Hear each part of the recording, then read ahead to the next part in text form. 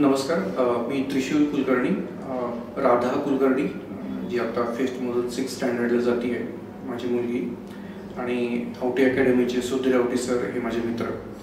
सरांच्या आग्रहास्तव मी मागच्या वर्षी राधाला मेंटल ॲबिलिटीच्या क्लासमध्ये जॉईन केलं आणि तिच्यामध्ये मला खूप इम्प्रूव्हमेंट दिसायला लागली. आणि जेव्हा ती घरी यायची, दर शनिवारी आणि रविवारी क्लास असायचा, आणि ती जेव्हा घरी यायची तिच्याबरोबर काही वर्कशीट्स असायच्या आणि मी कुतूहलापोटी त्या वर्कशीट्स पण बघायला लागलो. त्या वर्कशीट्समध्ये वेगवेगळ्या ॲप्टिट्यूडचे, वेगवेगळ्या कंटेंटचे क्वेश्चन्स असायचे, त्याच्याबद्दलचे काही इन्स्ट्रक्शन्स असायचे आणि ते सोडवण्यासाठीचा एक क्लासवर्कमधला एक शीट आणि एक होमवर्कचा शीट असं तो असायचा. आता हे जेव्हा मी वर्कशीट्स बघायला लागलो त्यांचे, तेव्हा मला एक दुसराच विषय खरं तर तुमच्याशी बोलायचा आहे. आता एक राधाचा पालक म्हणून आतापर्यंत बोललो, पण दुसरीकडे मी MIT इंजिनिअरिंग कॉलेजमध्ये संभाजीनगरला ट्रेनिंग अँड प्लेसमेंट ऑफिसर म्हणून काम करतो.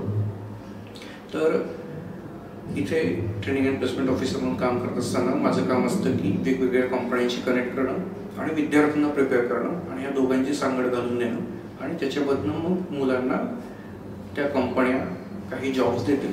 आणि त्याची एक प्रोसेस असते की जसं की सुरुवातीला सिलेक्शन क्रायटेरिया असतो बेस्ड ऑन मार्क्स. त्याच्यानंतर बऱ्याचशा जवळपास सगळ्याच कंपन्या ॲप्टिट्यूडची टेस्ट घेतात. सगळ्यात पहिला फिल्टर ते लावतात की ॲप्टिट्यूडची टेस्ट, आणि जे मुलं ह्या ॲप्टिट्यूड टेस्टमध्ये पास होतील, ते क्रॅक करतील, अशाच मुलांना पुढच्या राऊंडसाठी पाठवलं जातं.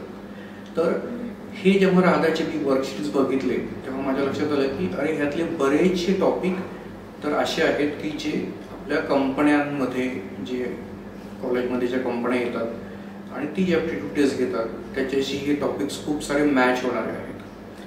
आणि मला असंही जाणवलं की आमच्या कॉलेजमध्ये एक मोठा, आमच्याच म्हणून नाही तर बऱ्याचशा कॉलेजमध्ये एक मोठा प्रश्न आहे की मुलं ॲप्टिट्यूडची परीक्षा क्रॅक करू शकत नाही. पहिलाच जो पायरी आहे तिथेच बरीचशी मुलं फेल होतात. आता मी जेव्हा हा बघायला लागलो की कोणती मुलं ॲप्टिट्यूड पास होतात आणि कोणती ॲप्टिट्यूड फेल होतात जेव्हा ती कंपन्यांच्या रिक्रुटमेंट ड्राईव्हसाठी बसतात, तर एक इंटरेस्टिंग गोष्ट माझ्या लक्षात आली की ज्या मुलांनी त्यांच्या शालेय शिक्षणामध्ये कधी ना कधीतरी स्कॉलरशिपसाठी, ऑलिम्पियाडसाठी, होमी भावासाठी किंवा वेगवेगळ्या स्पर्धा परीक्षांसाठी प्रिपरेशन केलेलं आहे किंवा त्या परीक्षा दिलेल्या आहेत, अशा मुलांना हे ॲप्टिट्यूड सोपं जातं. तर हे ॲप्टिट्यूड असतं तरी काय, तर quantitative aptitude, reasoning, logical reasoning, verbal reasoning, non verbal reasoning, हा सगळा जो पार्ट आहे तो तसा बघितला तर 8वी, 9वी, 10वीच्या सिलेबसमधनंच असतो.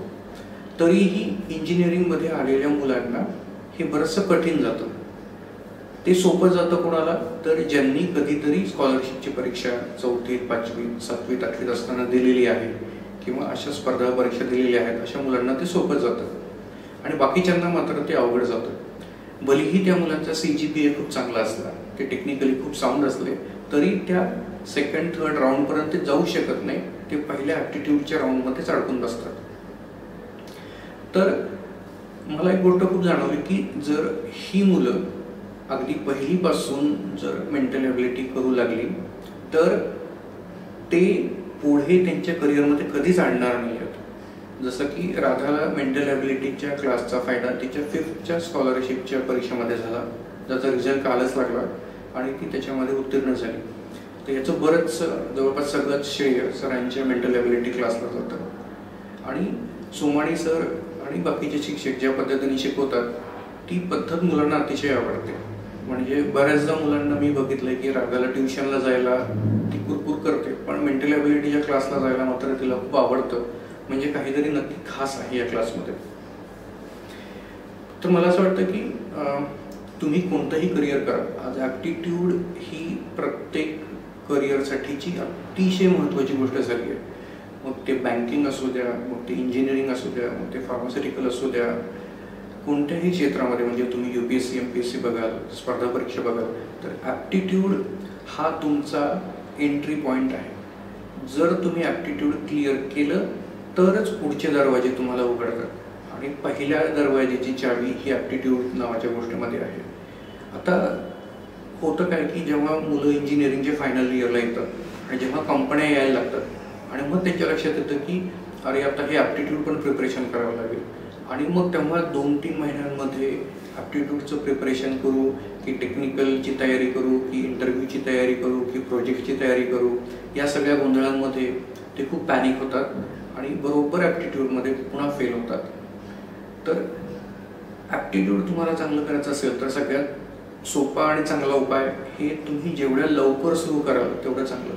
आणि सरांची जी किंवा अभ्युदयची जी मेथड आहे ती आठवड्यातून 1 किंवा 2 तास हे तुम्ही तुमच्या मेंटल ॲबिलिटीसाठी द्यायचे आहेत आणि ते 1 ते 2 तास त्यांना त्यांच्या ग्रॅज्युएशनमधल्या प्लेसमेंटसाठी उपयोगाला येणार आहे. म्हणजे तुम्ही जी तयारी 1ली, 2री, 3रीला करताय त्याचा एवढा डायरेक्ट इफेक्ट प्लेसमेंटसाठी होतोय हे मी बघितल्यानंतर मला अतिशय छान वाटलं. कारण की ट्रेनिंग अँड प्लेसमेंट ऑफिसर म्हणून मी जेव्हा कॉलेजमध्ये जातो तेव्हा मला असं दिसतं की ॲप्टिट्यूड पण मला आता मुलांना शिकवावं लागणार. कारण की मला माझं महत्त्वाचं काम आहे इंजिनिअरिंग कॉलेजचं की इंजिनिअरिंगचे विषय शिकवणं, पण ॲप्टिट्यूड हे मुलांनी शाळेतच केलं पाहिजे ना. ते पुन्हा मला इंजिनिअरिंग कॉलेजमध्ये येऊन शिकवावं लागतं. हा खरं तर इंजिनिअरिंग कॉलेजेसचा पेन आहे. पण जर मुलांनी ही तयारी ते 1ली, 2रीत असताना ते 7वी, 8वीपर्यंत जर केली तर ते ॲप्टिट्यूड अतिशय लिहिलेया करू शकतील आणि त्याच्यासाठी जो महत्त्वाचा वेळ इंजिनिअरिंगमध्ये त्यांनी टेक्निकल नॉलेज मिळवण्यासाठी घालवला पाहिजे. शेवटच्या वर्षातला वेळ अतिशय महत्त्वाचा असतो, जेव्हा ज्याच्यामध्ये प्रोजेक्ट वर्क असतात, तुमचे इंटर्नशिप असतात, तुमचे टेक्निकल सब्जेक्ट्स असतात.